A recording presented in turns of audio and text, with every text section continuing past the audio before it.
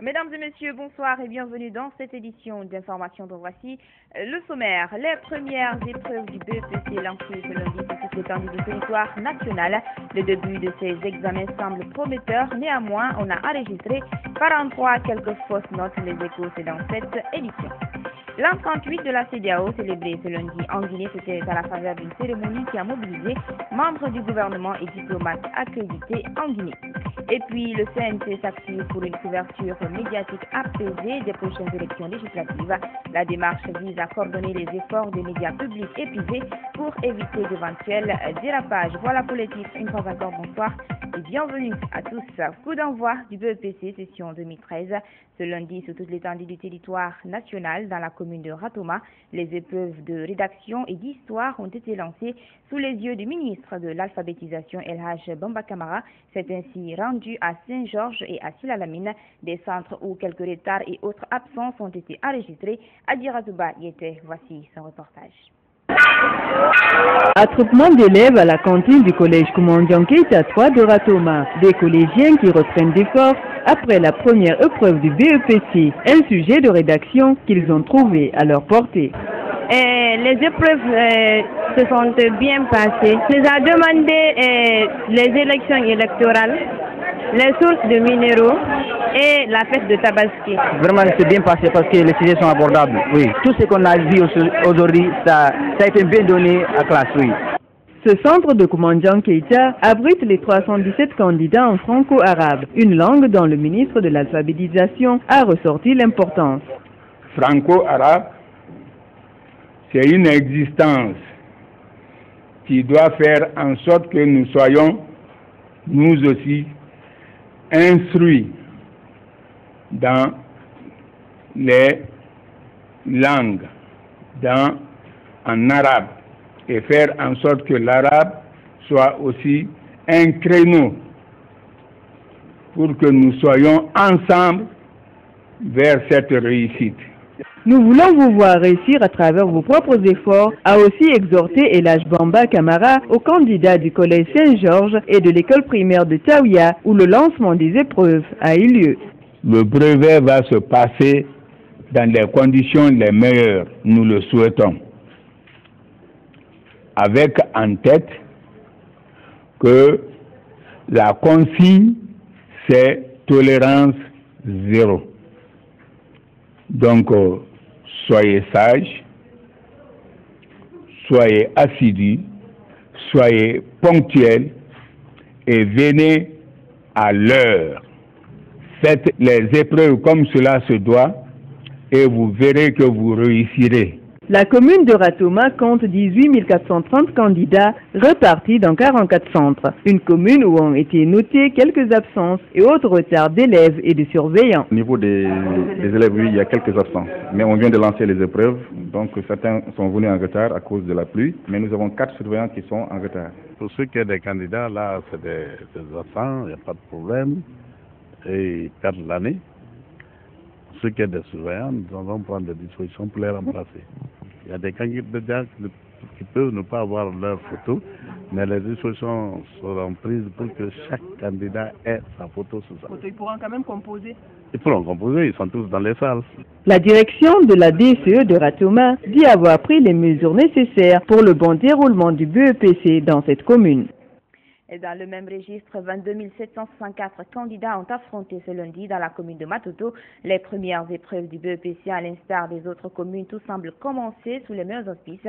Cependant, quelques fausses notes sont à déplorer. Reportage Malik Yakité. C'est ici, au collège Aïchaba de Yimbaya, que les épreuves du BEPC dans la commune de Matoto ont été lancées ce lundi par le conseiller du ministre de l'enseignement pré-universitaire, accompagné du directeur communal de l'éducation de Matoto. Après ce centre, la délégation s'est rendue au lycée Léopold Sédar Senghor. Pour l'heure, tout se passe bien. Nous abritons 52 centres dans la commune de Matoto, avec un effectif global de 22 764 candidats, dont 9 650 filles, répartis, j'insiste, entre 52 centres d'examen. Et les enfants sont surveillés par 1650 surveillants, 52 agents de sécurité et agents de santé qui sont déployés pour le bon déroulement des épreuves de BEPC dans la commune de Matoto. Selon les responsables de ces centres, aucun incident pour le moment n'a été signalé. Ce centre se porte très bien. Les épreuves ont été lancées dans les conditions les meilleures. Les surveillants sont au grand nombre.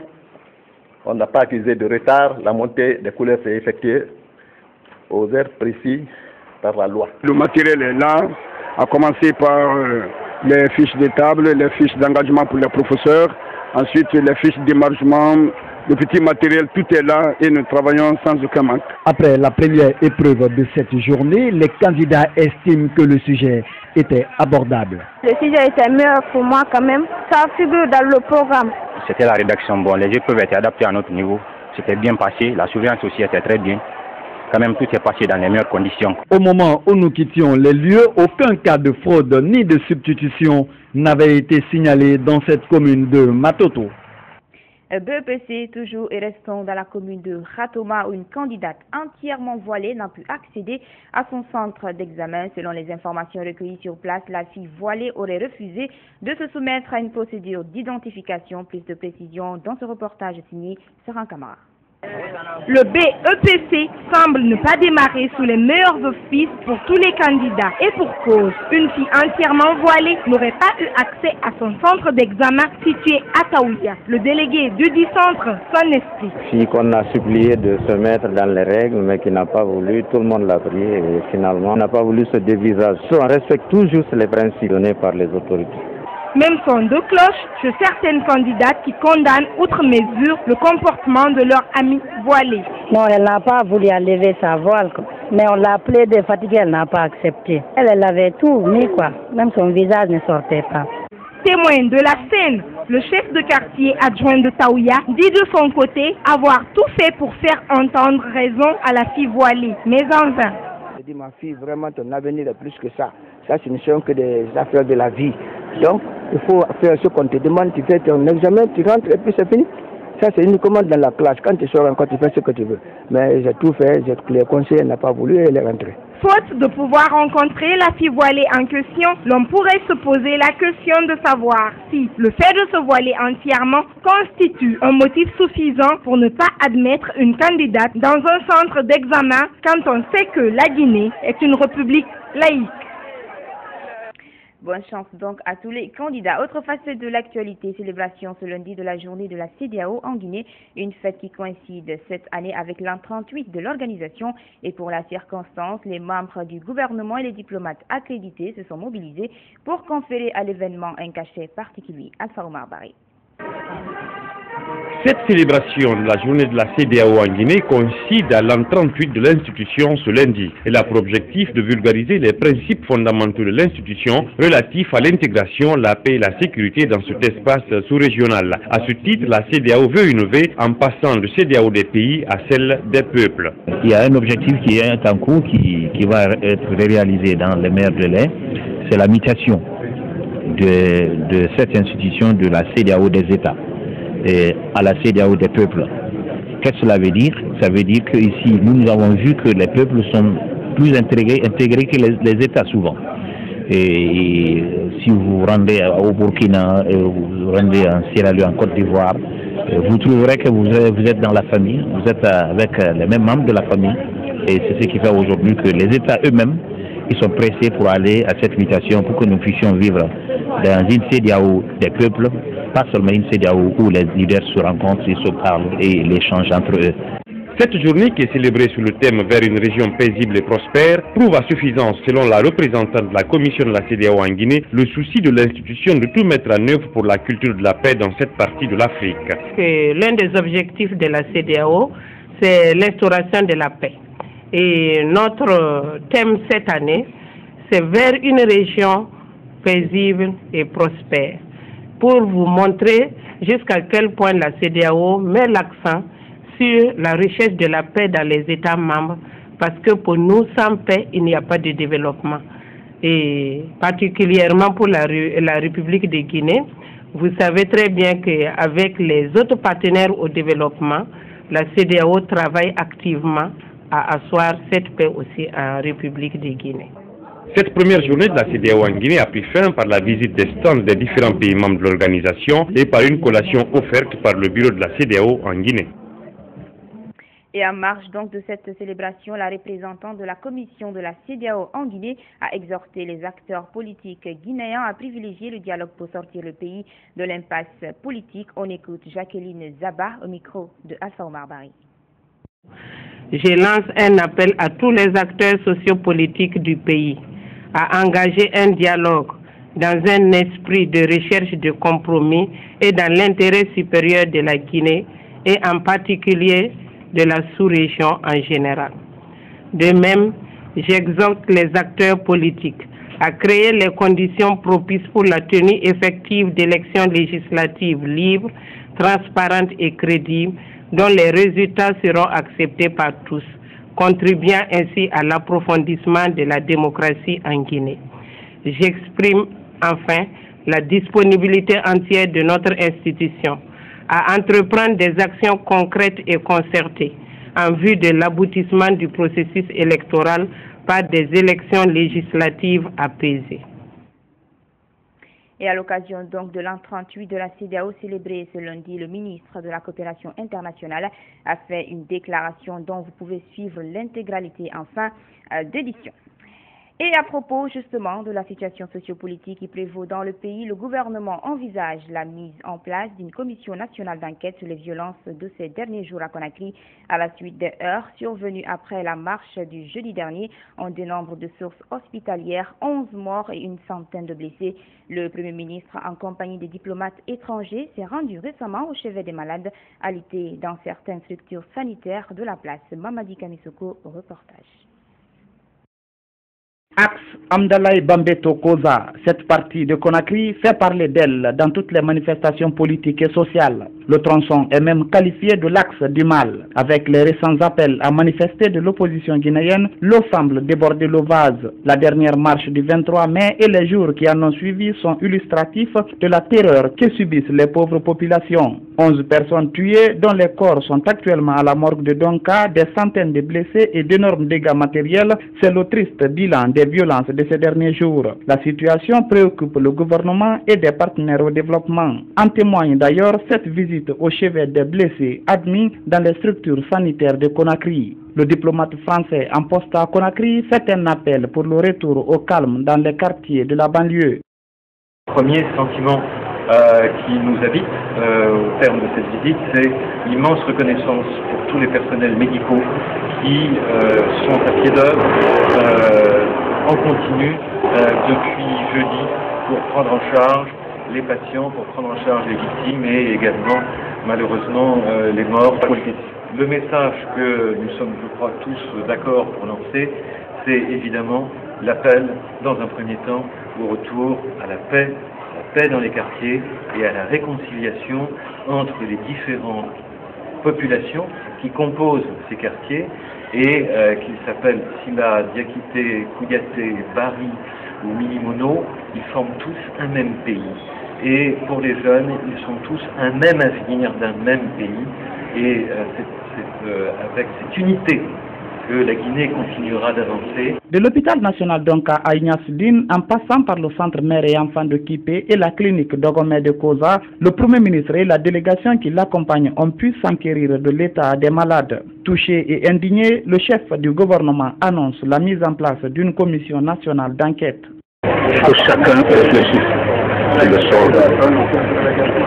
Nous sommes conscients, nous informés de toutes les exactions. Mais soyez rassurés que nous allons mettre en place une commission nationale d'enquête pour voir qui est en train de faire quoi. Alors les jeunes d'aujourd'hui, il faudrait que vous donnez la main. Soussou, Peul, Malinké, ne nous suivez pas les politiciens. Suivez votre avenir. L'avenir de ce pays, c'est vous. Vous ne pouvez vivre qu'avec quand vous les venez. Une commission nationale d'enquête très attendue car plusieurs violences restent impunies en Guinée. Et dans le même registre, le gouverneur de la ville de Conakry a conféré ce lundi avec les élus locaux de la capitale. Commandant Sékou Resco Camara a saisi l'occasion pour inviter les uns et les autres à tout mettre en œuvre pour la préservation de la paix et de la quiétude sociale à Conakry. Plus de détails avec Aminata Djentou Diallo. Suite aux violences enregistrées dans certains quartiers de la capitale depuis la dernière marche de l'opposition jeudi dernier, des violences qui ont cautionné des pertes en vie humaine, des blessés graves et des dégâts matériels importants, le gouverneur de la ville de Conakry a conféré ce lundi avec les élus locaux. Objectif, inviter les chefs des quartiers et les maires à sensibiliser leurs citoyens sur les conséquences liées à ces troubles pour un retour au calme dans la capitale. Vous avez un rôle très important au sein de notre administration dans notre pays. Quand j'attends le pouvoir, c'est à Conakry. Dès qu'il y a des problèmes à Conakry, la préfecture aussi, les autres régions aussi, ils vont commencer immédiatement à emboîter notre pas. Donc, votre présence, c'est quoi aujourd'hui? L'instruction qu'on vous donne, dès que nous allons se retourner et commencer à appeler nos populations au niveau du quartier, au niveau du secteur, toutes les couches qui forment le quartier, il faut les rassembler, il faut les sensibiliser, informer surtout l'inconvénient, les troubles, ce qui va venir après. Il faut que ces violences soient arrêtées immédiatement, dans 24 heures. Il y a trop d'étrangers aujourd'hui qui vivent à Conakry. Et recensez tous ces étrangers qui vivent dans votre quartier, dans votre secteur. Je demande 72 heures à tous les maires de nous rendre immédiatement la situation de tous ces étrangers qui vivent dans nos quartiers, dans nos secteurs. De violence, ce que je vois comme ça sur le terrain, si c'est entre nous les Guinéens, la violence, si ça commence à Conakry, c'est un jour, deuxième jour, troisième jour, c'est fini. Un message bien compris par les élus locaux. Nous comptons entièrement appliquer ce que le gouvernement nous a demandé, parce que c'est salutaire, c'est très important de faire la sensibilisation entre les quartiers, puisque ce qui s'est passé ne doit pas se faire.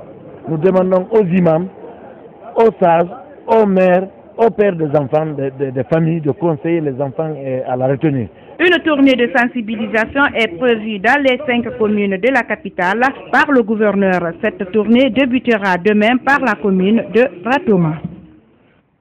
Dans le pays profond, la préfecture de Kerouané, où la ministre déléguée au Guinéen de l'étranger vient de séjourner récemment, Adja Rougibari était allée transmettre les messages de paix et de réconciliation nationale du président de la République. Les détails dans ce reportage signé Mohamed Malik Diallo. La visite à Kerouané de la ministre déléguée aux Guinéens de l'étranger consistait avant tout à promouvoir la paix et la réconciliation nationale. Adja Rougibari, accompagnée d'une délégation de Conakry, a été accueillie par les autorités et populations de cette ville. Lui souhaitant la bienvenue, le maire de la commune urbaine de Kerouané a tenu à rassurer la ministre du climat de paix qui règne dans sa juridiction. Il existe un climat de paix et de quiétude au sein de la population, car elle n'a jamais enregistré les problèmes spécifiques susceptibles d'influencer d'une manière générale la vie de nos districts et quartiers.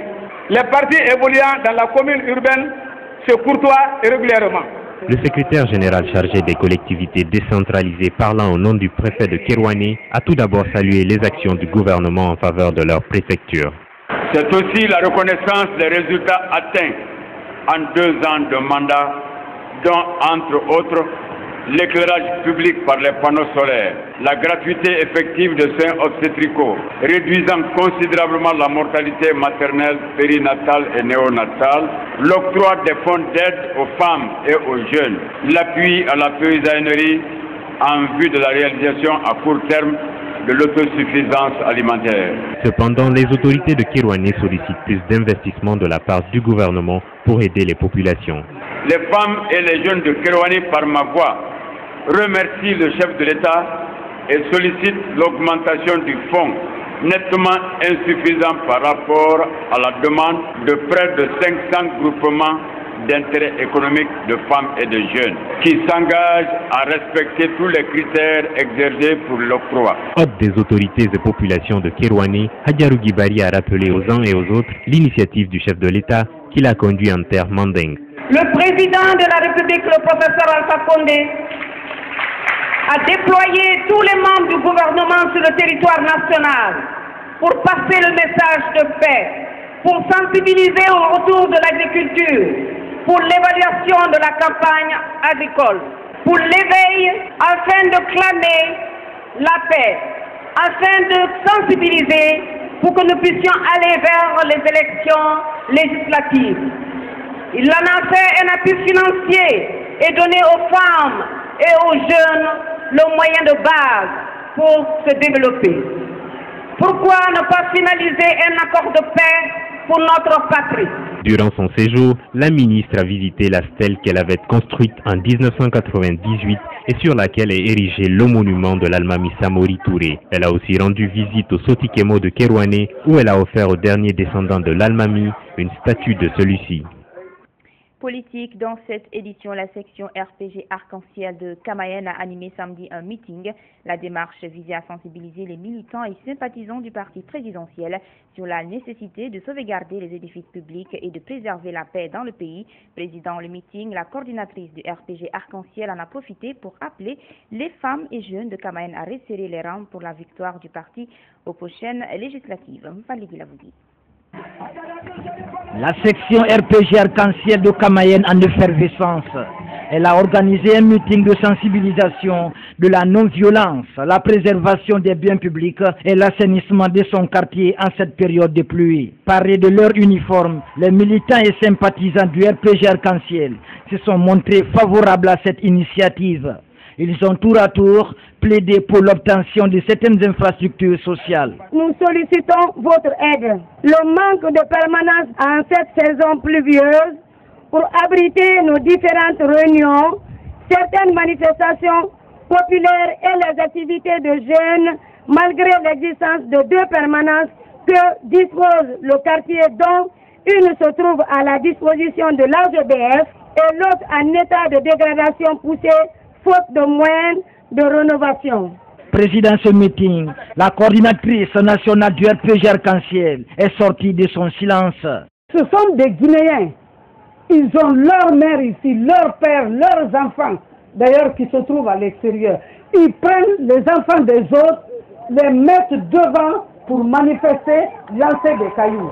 Elle a appelé les militants du RPG Arc-en-Ciel à s'impliquer dans le processus de paix et de sauvegarde des biens publics. Nous allons aller aux urnes le 30 juin. Il ne faut pas les suivre.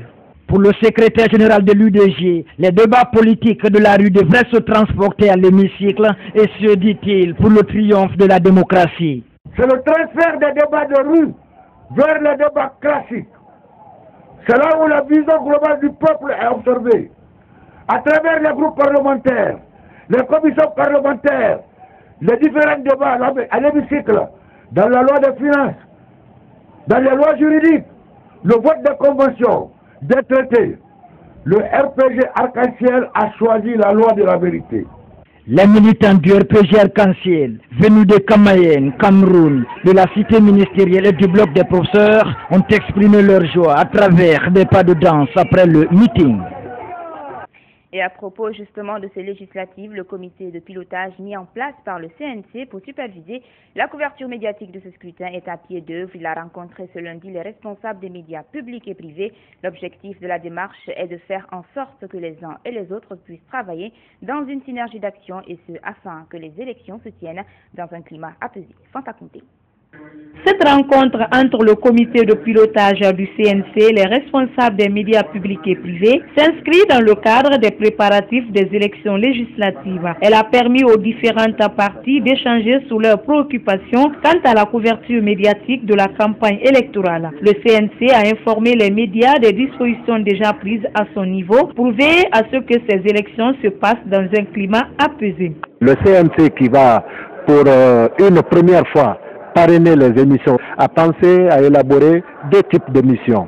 Il y a les programmes croisés qui vont durer 1 heure tous les jours et le passage des partis politiques, ce sera sur la base du tirage au sort et l'émission appelée 5 minutes pour convaincre, qu'on appelait par le passé message de campagne des partis politiques. L'occasion a été opportune pour les responsables des médias de service public et de la presse écrite de faire part au CNC des difficultés auxquelles ils sont confrontés, notamment celles d'ordre technique et financier. On a quelques jours seulement de l'ouverture de la campagne. Donc je crois qu'il y a une sorte de course contre la montre qui est engagée, non seulement au niveau de l'équipement technique, mais aussi de la mobilisation des équipes. Au niveau des radios rurales, nous avons des petits soucis en fait. Souci technique, c'est par rapport à la synchronisation avec la RTG. L'agence guinéenne de presse, c'est le grossiste de nouvelles. Elle se trouve aujourd'hui confrontée à des possibilités techniques assez limitées, pour ne pas dire presque inexistantes.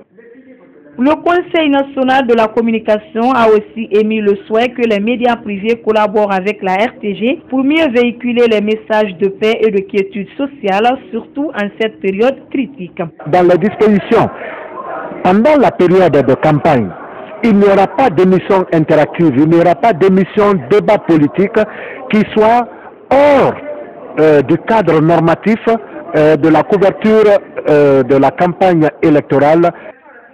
Cette question de synergie ou de synchronisation entre la RTG et les radios privées sera discutée prochainement avec les responsables de l'URTELGI. Mais déjà, certains responsables d'organes privés posent comme condition la mise à leur disposition des moyens techniques et financiers. Autre fait marquant de l'actualité, l'ONG humanitaire Avocats sans frontières a procédé la semaine dernière au lancement officiel de la caravane Accès au droit et à la justice des citoyens en Guinée, appuyée par la coopération allemande au développement. L'ONG s'est évertuée à informer et à sensibiliser les citoyens à la base sur la connaissance de leurs droits et devoirs pour une justice équitable. La première étape de cette caravane a concerné la préfecture de Forêt-Kalia et ses environs. Diao Bachir. Avec le slogan « Ensemble pour la promotion de l'état de droit et de la justice en Guinée », l'ONG humanitaire Avocats sans frontières œuvre à vulgariser les droits et devoirs des citoyens, notamment ceux de l'intérieur du pays, ceux pour une justice équitable pour tous. Dans la préfecture de Forêt-Kalia, la sous-préfecture de Mafereya fut la première étape de la caravane organisée par l'ONG. Réunis dans la salle de rencontre, les avocats ont conféré avec les citoyens. Des échanges fructueux ont porté sur les droits mais aussi les devoirs des citoyens à la base pour une meilleure justice. Le droit d'héritage, la polygamie en passant par la gestion des dépôts des plaintes ont été entre autres des sujets largement expliqués aux citoyens. Nous avons constaté que la principale difficulté dans notre pays, c'est que les citoyens ont du mal à avoir accès à la justice et mieux, beaucoup sont brimés dans leurs droits, mais n'ont pas accès à un avocat. Certains même ignorent l'existence d'un avocat. Lorsque vous partez par exemple dans certaines localités, vous allez trouver que des gens sont convoqués à la gendarmerie pour des questions de dette, qui sont purement des questions civiles, qui ne relèvent pas de la compétence de la gendarmerie ou de la police. Le communicateur estime que pour aider les citoyens à protéger ses droits, à s'engager avec succès dans le labyrinthe des procédures judiciaires, il est nécessaire de lui expliquer les notions de base des droits humains et les règles de vie en société. L'ONG compte surtout prendre langue avec les femmes et les jeunes. En ce qui concerne le recrutement des jeunes, c'est un employeur comme tout autre employeur. Il recrute des ouvriers qu'il estime être compétents. Vous ne pouvez pas les obliger à vous recruter lorsqu'ils estiment que vous n'êtes pas compétent.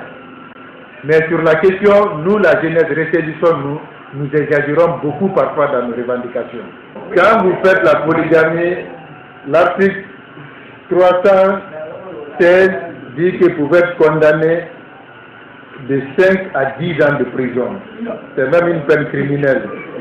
L'ONG Avocats sans frontières ne compte que pour le moment 7 membres. Les avocats qui la composent défendront gratuitement ce mardi certains détenus de la prison civile de Forêt-Kalia. Des guides des justiciables, un outil d'éducation et de sensibilisation aux droits ont été offerts aux citoyens de la préfecture.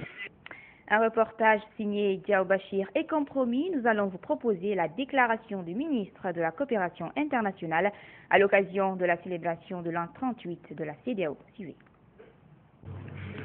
À l'occasion du 38e anniversaire de la CEDEAO, chers compatriotes, la communauté économique des États de l'Afrique de l'Ouest a aujourd'hui 38 ans. En effet, celle-ci a été créée le 28 mai 1975 à travers le traité de Lagos. Notre pays, la République de Guinée, en est l'un des membres fondateurs qui contribue activement à son développement.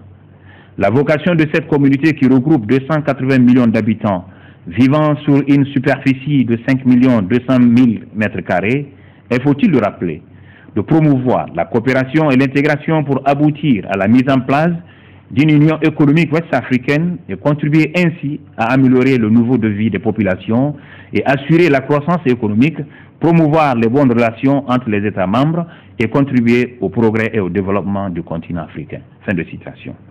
Les 15 États de notre organisation fêtent cet anniversaire en pensant naturellement au chemin parcouru, aux écueils rencontrés et aux nouveaux défis à relever.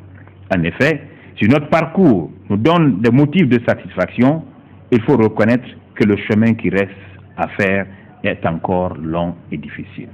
Le thème retenu pour cet anniversaire est le suivant: vers une région paisible et prospère.